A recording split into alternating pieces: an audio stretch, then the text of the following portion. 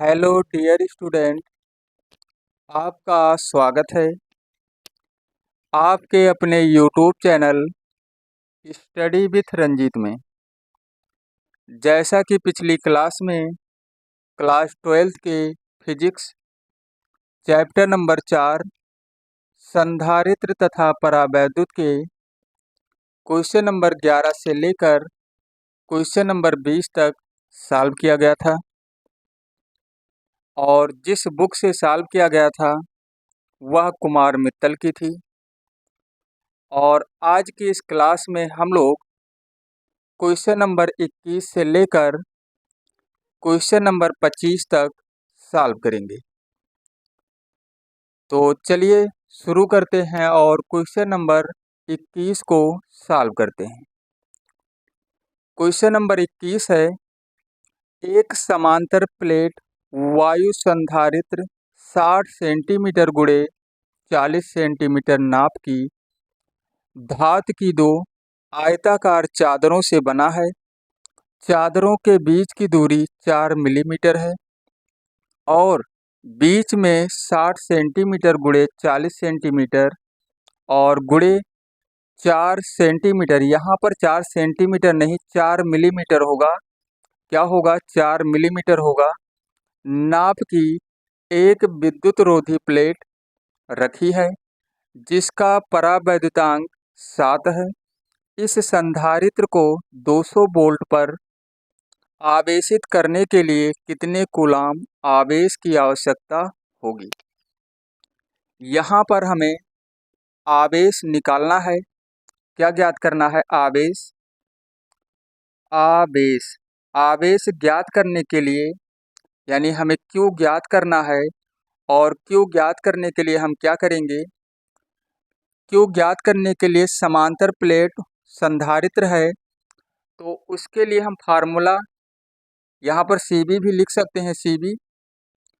तो उसके लिए फार्मूला जो लगाएंगे, सी का मतलब धारिता और बी का मतलब विभवांतर।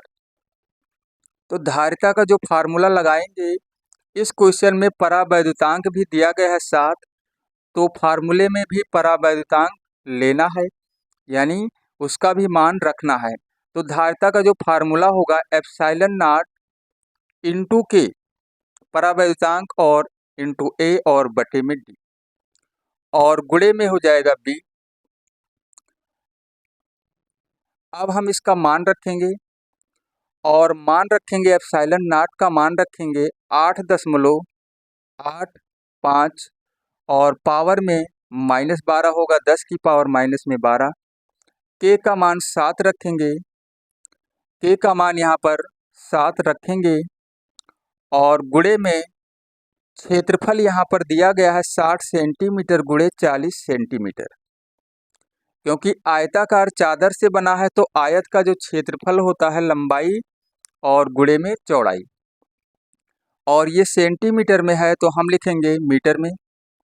60 गुणे में 10 की पावर -2 मीटर में लिखेंगे और लिखेंगे 40 गुणे में 10 की पावर -2 और बटे में लिखेंगे डी, यानी प्लेटों के बीच की दूरी कितनी दी गई है? 4 मिलीमीटर है।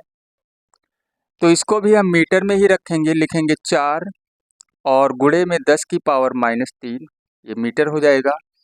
और विभवांतर यानी बी का मान जो दिया गया है यहाँ पर 200 वोल्ट दिया गया है, तो यहाँ पर हो जाएगा 200। अब यहाँ पर हम लिखेंगे 8.85 और गुणे में लिख लेते हैं 7, गुणे में 7, पावर को बाद में लिखेंगे। 60 और 40 का गुणा कराएंगे तो आ जाएगा 2400 और गुणे में लिख लेते हैं 200। अब यहाँ पर पावर देखते हैं, -12 -2 और -2 हो जाएगा -14, ये 3 प्लस में हो जाएगा तो -14 में 3 प्लस करेंगे तो आ जाएगा माइनस में 11, बटे में यहाँ बचेगा 4 और उसके बाद हम लिखेंगे, उसके बाद दोबारा से लिखेंगे 8.85 और गुणे में 7, यहाँ से 2 जीरो और यहाँ से 2 जीरो, 10 की पावर 4 बन जाएगा ये। तो पावर बचेगा, तो बचा क्या यहाँ पे 24 बचेगा और 2 बचेगा। 2 जीरो यहाँ से और 2 जीरो यहाँ से ले लिया गया, उसको कर दिया गया 10 की पावर 4 और 10 की पावर 4 यानी प्लस कर देंगे, इसमें 4 प्लस करेंगे तो 10 की पावर आ जाएगा कितना, 10 की पावर यहाँ पर आ जाएगा 7 माइनस में। लेकिन यहाँ पे थोड़ा सा गलत हो गया है, क्योंकि पावर यहाँ -11 नहीं बचेगा, -12 और -2 और -2 -16 हो जाएगा और -3 प्लस में जाएगा ऊपर, तो बचेगा यहाँ पावर कितना बचेगा, -13 बचेगा। कितना, -13 बचेगा पावर। और अब यहाँ पर 2 पावर यहाँ और 2 यहाँ, यानी 4 इसमें करेंगे तो ये हो जाएगा पावर बचेगा -9। इसको सही कर लीजिए, यहाँ -13 आएगा और बटे में लिखेंगे 4।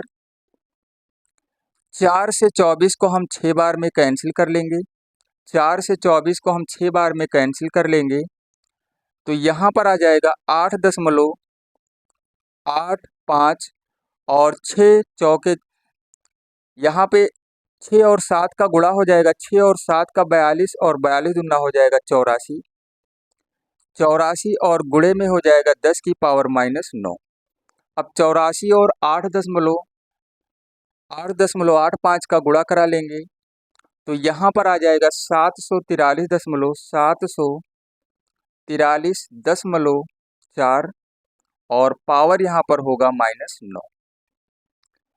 पावर क्या होगा, -9। अगर हम दशमलव को यहाँ पर कर लें, मतलब 1 2 3 यहाँ पर लगा लें, इसको इस तरीके से लिख लें। अगर दशमलव को हम लिख लें, यहाँ पर लिख लें 7.43 और 4, तो 3 अंक दशमलव बाईं तरफ लाया गया है, इसका मतलब 3 इसमें प्लस कर देंगे, तब पावर बचेगा -6 और ये आ जाएगा कूलाम में। अगर इस माइनस पावर को हटा दें यहाँ पर, तो ये हो जाएगा 0.7434 और ये हो जाएगा माइक्रो कूलाम में लिखा जाएगा। या इसको हम लिख सकते हैं, इसको ऐसे भी लिख सकते हैं 0.74, इतना 3 और 4 को छोड़ देते हैं और ये हो जाएगा हमारा आंसर। तो क्वेश्चन नंबर 21 का जो आंसर आया है, यहाँ पर आवेश निकालना था, तो आवेश कितना आ गया है, 0.74 माइक्रो कूलाम। चलिए क्वेश्चन नंबर 22 को सॉल्व करते हैं। क्वेश्चन नंबर 22 है, एक समांतर प्लेट संधारित्र की प्लेटों का क्षेत्रफल 100 सेंटीमीटर स्क्वायर है व इनके बीच की दूरी 5 मिलीमीटर है। इसकी प्लेटों के बीच बैटरी द्वारा 300 वोल्ट का विभवांतर स्थापित किया गया है। बैटरी को हटाकर प्लेटों के बीच का स्थान एबोनाइट, जिसका परावैद्युतांक दिया गया है 2.6, से भर दिया जाता है। ज्ञात कीजिए नंबर 1 प्लेटों के बीच नया विभवांतर और नंबर 2 संधारित्र की प्रारंभिक व अंतिम धारिताएं तथा प्लेटों का प्रारंभिक व अंतिम आवेश पृष्ठ घनत्व। तो हम पहले क्वेश्चन में निकालेंगे प्लेटों के बीच नया विभवांतर निकालेंगे। तो प्लेटों के बीच लिखेंगे, पहला क्वेश्चन जो है उसको सॉल्व करेंगे। लिखेंगे बैटरी को हटाकर, ऐसे लिखना पड़ेगा, बैटरी को हटाकर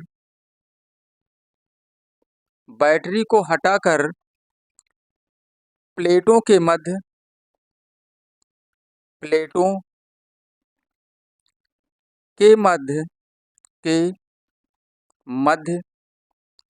स्थान को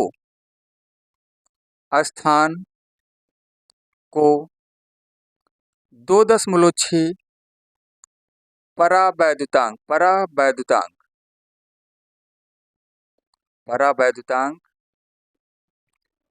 वाले पदार्थ से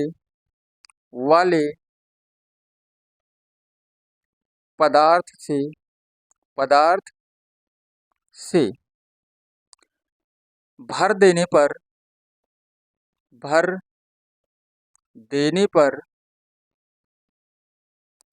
नया विभवांतर लिखेंगे, नया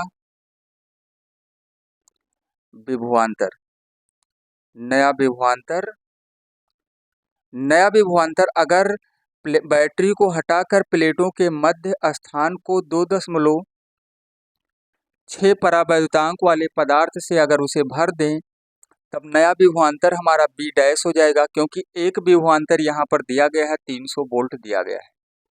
तो नए विभवांतर को हम बी डैश कर लेते हैं, और जो पहले विभवांतर था उसको लिखेंगे ऊपर और बटे में लिखेंगे परावैद्युतांक, यानी लिखेंगे 300 और बटे में लिखेंगे 2.6। दशमलव को हटाकर और एक जीरो बढ़ा लेंगे और ये हो जाएगा 3000, और 3000 को 26 से जब हम भाग कराएंगे तो आ जाएगा 115। कितना आ जाएगा? 115 वोल्ट आ जाएगा, 115 वोल्ट ये हो जाएगा। अब हम क्वेश्चन नंबर 2 को भी सॉल्व करते हैं। कहा गया है संधारित्र की प्रारंभिक व अंतिम धारिताएं। क्वेश्चन नंबर जो इसमें दूसरा था, तो हम लिखेंगे संधारित्र की प्रारंभिक धारिता, ऐसे लिखेंगे, संधारित्र की प्रारंभिक धारिता, संधारित्र की प्रारंभिक धारिता अब हम निकालेंगे। तो जैसे यहाँ पे दो धारिता निकालना है, तो प्रारंभिक धारिता को हम लिख लेते हैं सी नॉट से, यानी प्रारंभिक धारिता हम सी नॉट लिखेंगे, सी नॉट बराबर लिखेंगे एप्सिलॉन नॉट इंटू ए और बटे में डी। प्रारंभिक धारिता निकालने के लिए हमें परावैद्युतांक नहीं लेना है, क्योंकि परावैद्युतांक बाद में भरा गया था उसमें 2.6 एबोनाइट। हम इसी को सॉल्व करेंगे। क्या लिखेंगे? 8.85 लिखेंगे यहाँ पर, 8.85, 8.85 पावर में लिखेंगे माइनस में 12, और ए का मान यानी क्षेत्रफल यहाँ पर दिया गया था कितना, देखिए यहाँ पर 100 दिया गया था सेंटीमीटर स्क्वायर। तो 100 सेंटीमीटर स्क्वायर हम रखेंगे यहाँ पर। क्या रखेंगे? 100 सेंटीमीटर स्क्वायर है तो 10 की पावर माइनस हो जाएगा 4 मीटर में रखेंगे। और उसके बाद हम इसका क्या करेंगे, यहाँ पर बटे में डी भी है तो बटे में लिखेंगे डी। क्या लिखेंगे? बटे में डी, और डी का मान कितना दिया गया था क्वेश्चन में, देखिए डी का मान दिया गया था 5 मिलीमीटर, यानी प्लेटों के बीच की दूरी।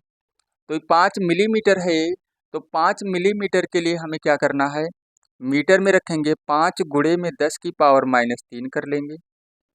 5 से इसको हम कैंसिल कर लेंगे तो ये आ जाएगा 1.77, और पावर को देख लेते हैं, -12 और -4 ये हो जाएगा -16। यहाँ पे 100 है तो पावर 2 बन जाएगा, यहाँ पे तो बचेगा -14। 3 को ऊपर ले जाएंगे ये प्लस हो जाएगा, तो बचेगा पावर कितना, 10 की पावर -11। और यहाँ पे धारिता निकाला गया है तो हम लिखेंगे फैरेड। ये हो जाएगी प्रारंभिक धारिता। चलिए अब हम अंतिम धारिता भी निकालते हैं। अंतिम धारिता कुछ नहीं करना है, यहाँ पर क्या लिखेंगे, अंतिम धारिता। और अंतिम धारिता निकालने के लिए हम क्या करेंगे, प्रारंभिक धारिता को लिखा गया था सी नॉट से, तो अंतिम धारिता को हम लिख लेते हैं सी से, और सी बराबर हो जाएगा, प्रारंभिक धारिता और अंतिम धारिता में यही अंतर है कि प्रारंभिक धारिता में परावैद्युतांक नहीं लिया गया था और अंतिम धारिता में परावैद्युतांक लेना है। तो कुछ करना नहीं है, केवल सी नॉट यानी प्रारंभिक धारिता में परावैद्युतांक से हमें गुणा करा देना है। तो प्रारंभिक धारिता आई है 1.77 और पावर में -11 है, और यहाँ पे के का मान यानी परावैद्युतांक 2.6 है, इसी का हमें गुणा करा लेना है। और जब गुणा कराएंगे तो आ जाएगा 4.6, और पावर में वही क्या आ जाएगा, 4.6 और पावर -11 ही आएगा, और इसको लिखेंगे फैरेड में। ये हो गया अंतिम धारिता। इसमें अभी एक क्वेश्चन और भी है, और इसमें एक क्वेश्चन और है, और कहा गया था प्लेटों का प्रारंभिक व अंतिम आवेश पृष्ठ घनत्व ज्ञात कीजिए।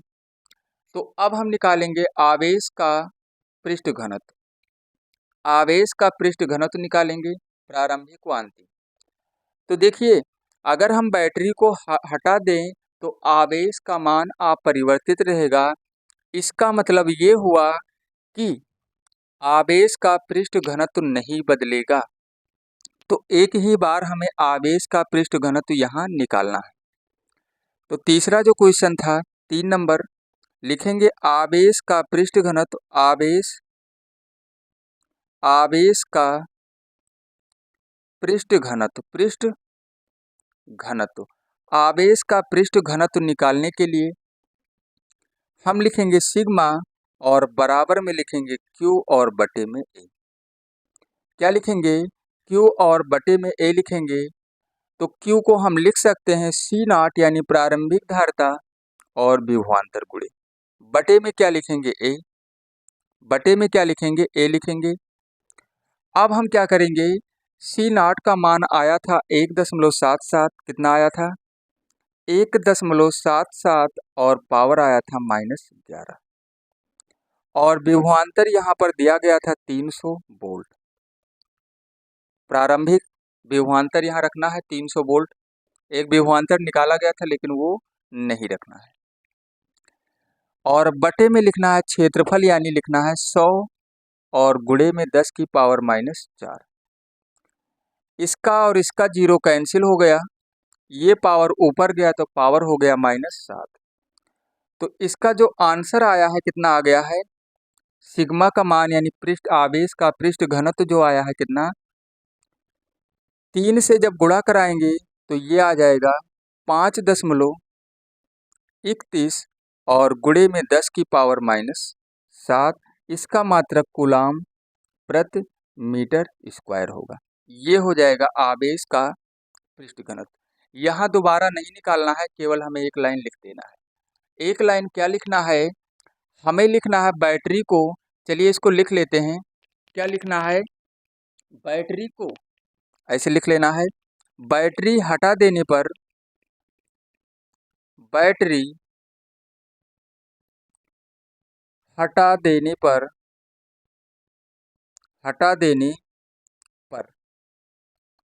आवेश का मान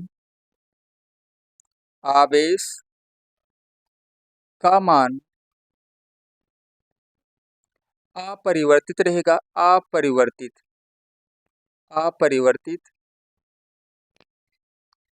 रहेगा। जब अपरिवर्तित रहेगा तो आगे हमें क्या लिखना है? अतः। फिर से लिखना है अतः, लिखेंगे अतः सिग्मा नहीं बदलेगा, यानी आवेश का पृष्ठ घनत्व यहाँ पर हम लिख देते हैं सिग्मा नहीं बदलेगा, या आवेश का पृष्ठ घनत्व नहीं बदलेगा। और ये क्वेश्चन नंबर 22 में 3 क्वेश्चन थे और तीनों को सॉल्व किया गया है। चलिए क्वेश्चन नंबर 23 को सॉल्व करते हैं, और क्वेश्चन नंबर 22 से ही संबंधित है। क्वेश्चन नंबर 23 जो है ये क्वेश्चन नंबर 22 से ही संबंधित है, उसी से जुड़ा हुआ क्वेश्चन है। क्वेश्चन देखिए, क्वेश्चन नंबर 22 देखिए। क्वेश्चन नंबर 22 जो है इसको देखिए, और क्वेश्चन नंबर 23 दोनों एक दूसरे से जुड़े हुए हैं। जैसे क्वेश्चन नंबर 23 देखिए, यहाँ पे क्या कहा गया है? क्वेश्चन नंबर 23 में कहा गया है यदि उपरोक्त प्रश्न में बैटरी संधारित्र से जुड़ी रहे तब विभिन्न प्रश्नों के उत्तर क्या होंगे। क्वेश्चन को देख लीजिए, तब इसको सॉल्व करते हैं। तो सेम वही हमें यहाँ करना है। प्लेटों के बीच नया विभवांतर जब निकालना है जब बैटरी संधारित्र से जुड़ी रहे, और संधारित्र की प्रारंभिक व अंतिम धारिताएं तब निकालना है जब बैटरी संधारित्र से जुड़ी रहे, और प्लेटों का प्रारंभिक व अंतिम आवेश का पृष्ठ घनत्व जब निकालना है जब बैटरी संधारित्र से जुड़ी रहे। चलिए अब इसको सॉल्व करते हैं। क्या करेंगे? अब इसको सॉल्व करेंगे। क्वेश्चन नंबर 23 तो इसमें जो पहला क्वेश्चन क्या बनेगा, क्वेश्चन नंबर 1। क्वेश्चन नंबर 1 में क्या कहा गया है, उसमें कहा गया था प्लेटों के बीच नया विभवांतर, यही तो कहा गया था। तो प्लेटों के बीच नया विभवांतर क्या होगा, उसके लिए हमें क्या करना है, एक लाइन लिखना है यहाँ, यदि बैटरी जुड़ी रहती है, ऐसे लिखना है, यदि बैटरी बैटरी जुड़ी रहती है, जुड़ी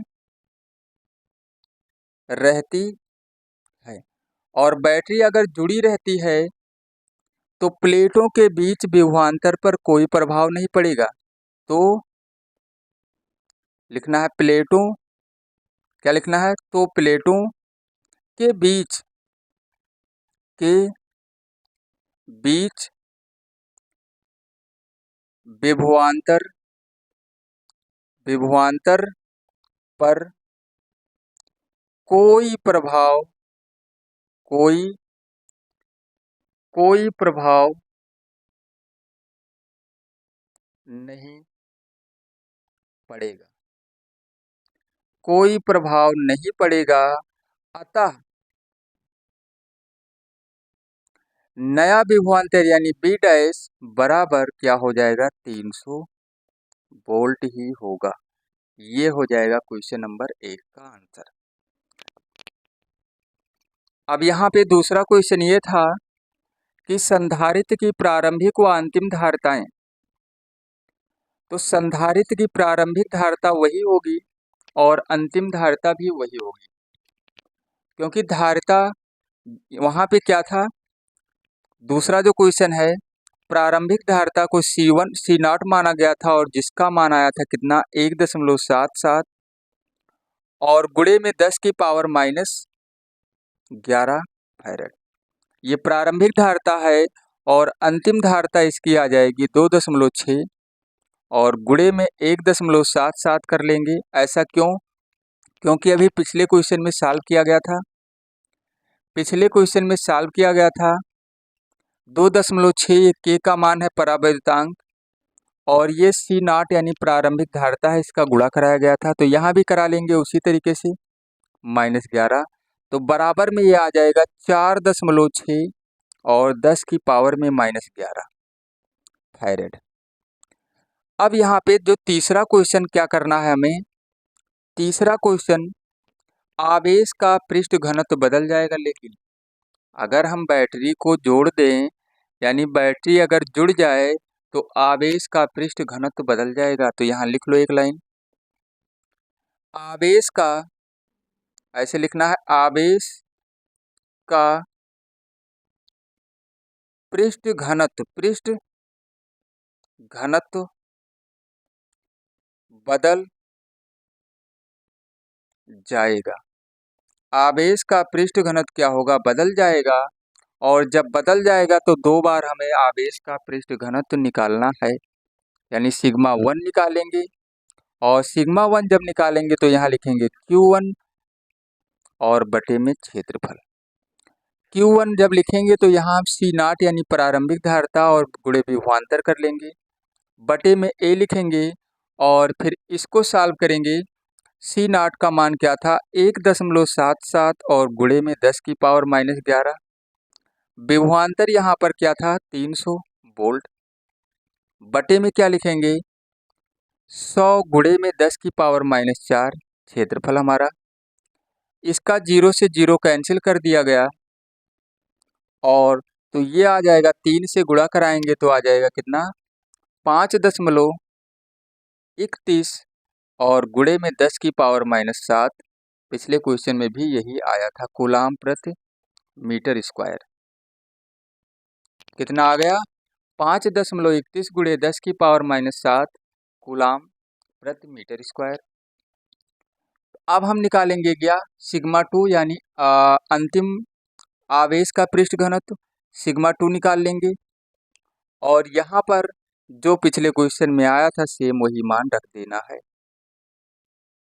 क्या लिखना है, सिग्मा 2 बराबर CB कर लेंगे यानी अंतिम धारिता और इंटू B और बटे में A लिखेंगे उसके बाद हम क्या करेंगे, C यानी अंतिम धारिता 4.6 गुणे 10 की पावर में -11 है और विभवांतर 300 है और बटे में एरिया वही रखना है 100 और गुणे में 10 की पावर में -4। इसका 0 इसके 0 से कैंसिल हो गया। 3 का गुणा कराया गया 4.6 में और जब गुणा कराया गया तो कितना आ गया आंसर, तब यहाँ पर आ गया कितना, 3 छक 18 गुणा करा लेते हैं और 3 चौके 12 और 12 एक हो जाएगा 13। दशमलव यहाँ पर लगेगा, ये 13 दशमलव क्या आ जाएगा 8 और पावर यहाँ पर हो जाएगा माइनस में 7 बचेगा। देख लीजिए माइनस में 7। अगर इसे हम 1.38 कर लेते हैं तो पावर हो जाएगा कितना, 10 की पावर -6 और मात्रक इसका कूलाम प्रति मीटर स्क्वायर होगा। इसका आंसर क्या आ जाएगा, 1.38 गुणे 10 की पावर -6 कूलाम प्रति मीटर स्क्वायर। चलिए क्वेश्चन नंबर 24 को भी सॉल्व कर लेते हैं। क्वेश्चन नंबर 24 में कहा गया है 3 संधारित्र जिनमें प्रत्येक की धारिता 3 माइक्रोफैरड है श्रेणी क्रम में जोड़े गए हैं। संयोजन की तुल्य धारिता ज्ञात कीजिए, समांतर क्रम में जोड़ने पर तुल्य धारिता कितनी होगी।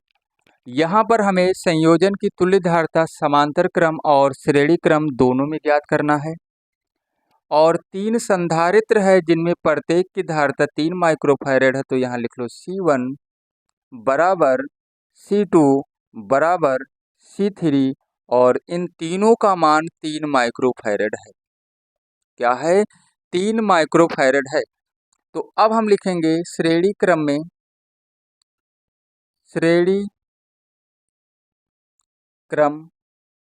में यानी श्रेणी क्रम में क्या निकालेंगे, तुल्य धारिता।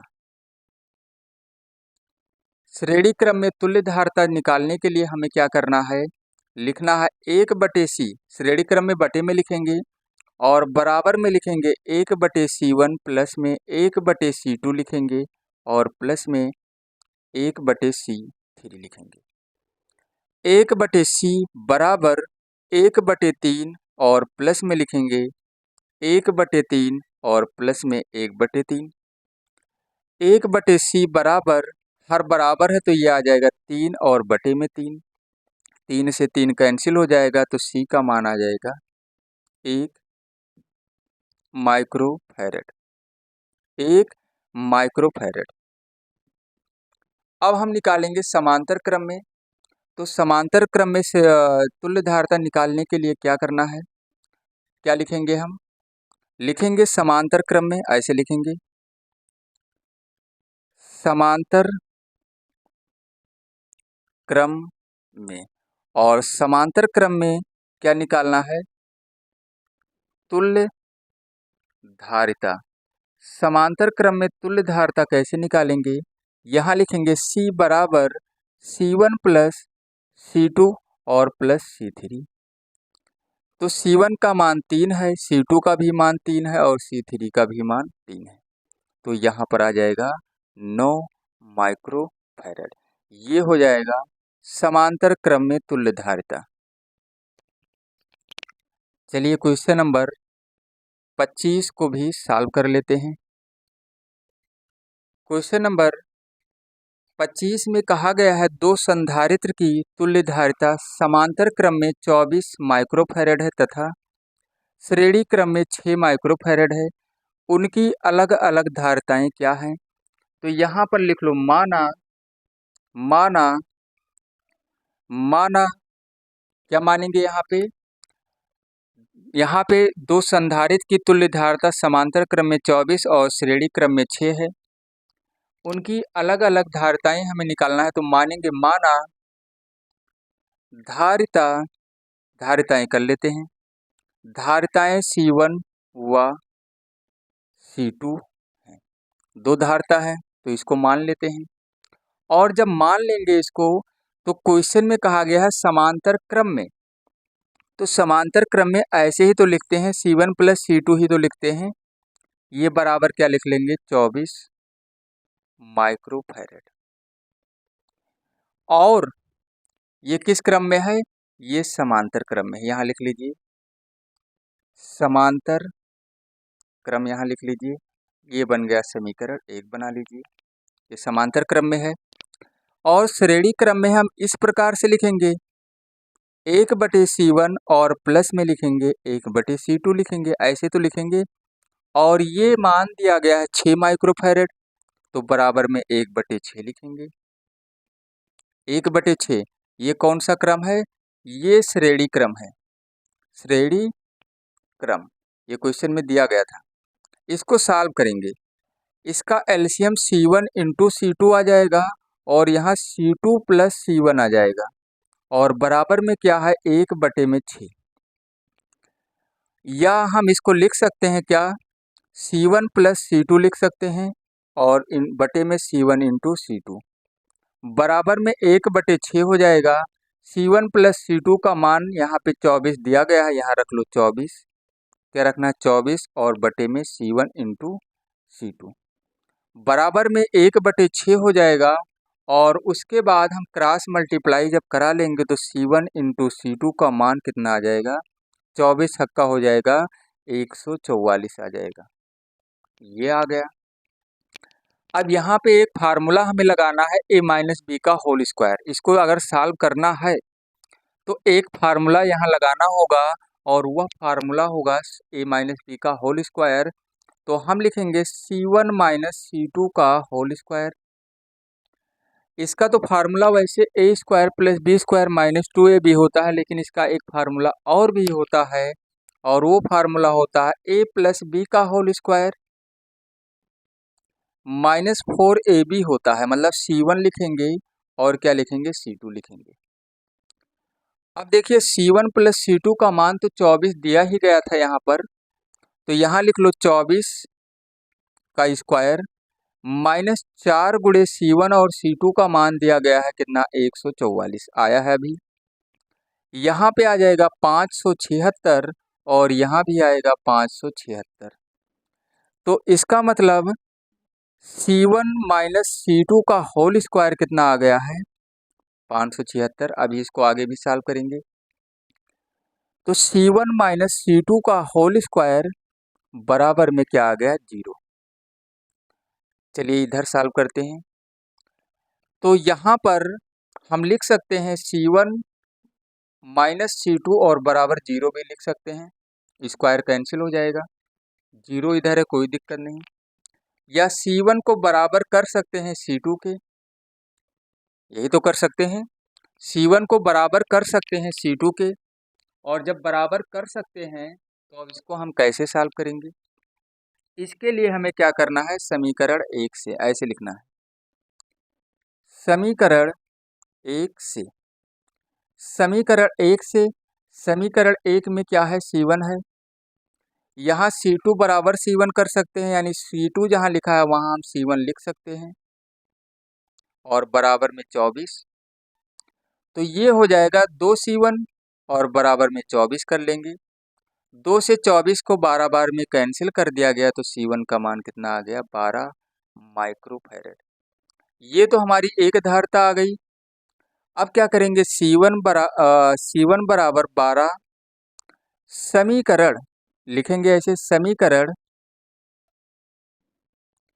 एक में रखने पर, क्या करने पर, रखने पर। जब एक में रखेंगे समीकरण एक में तो C1 यहाँ है तो हमें लिखना है 12 और प्लस लिखना है C2 और बराबर लिखना है 24। तो C2 बराबर क्या हो जाएगा, C2 बराबर हो जाएगा 24 और माइनस में 12। तो C2 का मान कितना आ गया 12 माइक्रोफैरेड। ये हो जाएगा क्वेश्चन नंबर 25 का आंसर। कितना आ गया, दोनों धारिताएं निकाल दी गई हैं। यहाँ पे C1 का मान आया है 12 और C2 का भी मान आया है 12। तो आज की इस क्लास में बस इतना ही, और बाकी क्वेश्चन को अगली क्लास में किया जाएगा। अगली क्लास में क्वेश्चन नंबर 26 से लेकर और क्वेश्चन नंबर 30 तक सॉल्व किया जाएगा। तो बस आज की इस क्लास में इतना ही।